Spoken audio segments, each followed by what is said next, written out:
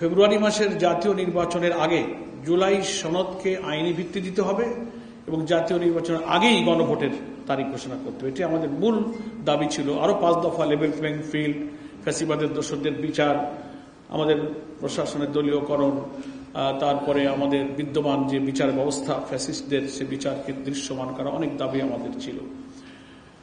তো সেই দাবির প্রেক্ষিতে এই ঐতিহাসিক সমাবেশে সরকারকে অনুরোধ করা হয়েছে, সব যুক্তি পেশ করে বলা হয়েছে যে আমাদের জনগণের এই দাবি এখন, গণ আকাঙ্ক্ষার এই দাবি এখন সারা দেশের মানুষের দাবিতে পরিণত হয়েছে।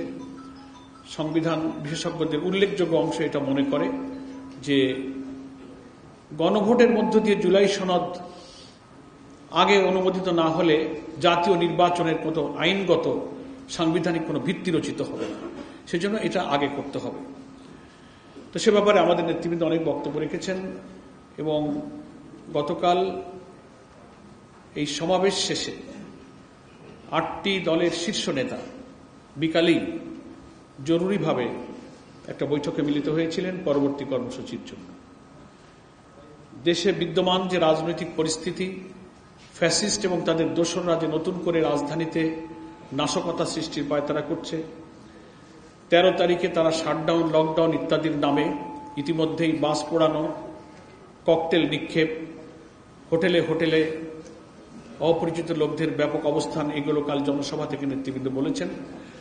এইসব বিবেচনায় আমরা সরকারকে দেশের পরিস্থিতি শান্ত রাখা এবং স্থিতিশীল রাখার প্রয়োজনে সহযোগিতা করতে আমাদের শীর্ষ নেতৃবৃন্দ প্রস্তুত।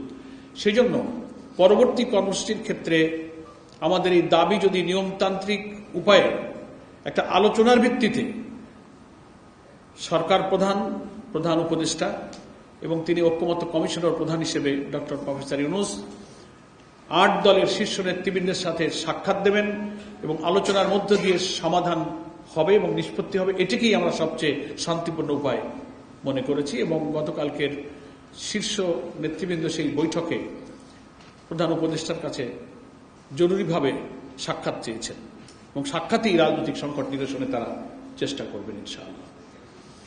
তো সেই সম্পর্কে আমাদের সামনে কিছু কর্মসূচি ঘোষণার জন্য আজকে আবার আমাদের শীর্ষ নেতৃবৃন্দের বৈঠক ছিল এবং গতকালকের শীর্ষ নেতৃবৃন্দের বৈঠকে সম্মিলিতই সিদ্ধান্ত যে আমরা এই দাবি আদায়ের জন্য মূল কর্মসূচি হচ্ছে প্রধান উপদেষ্টার কার্যালয় যমুনার সামনে অনির্দিষ্ট অবস্থান, এটাই আমাদের মূল প্রোগ্রাম।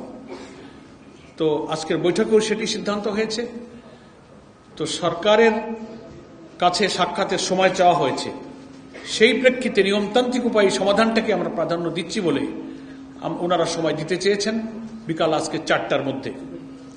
তো সেই প্রেক্ষিতে আমরা এই সময়ের মধ্যে আমরা কিছু কর্মসূচি ঘোষণা করেছি।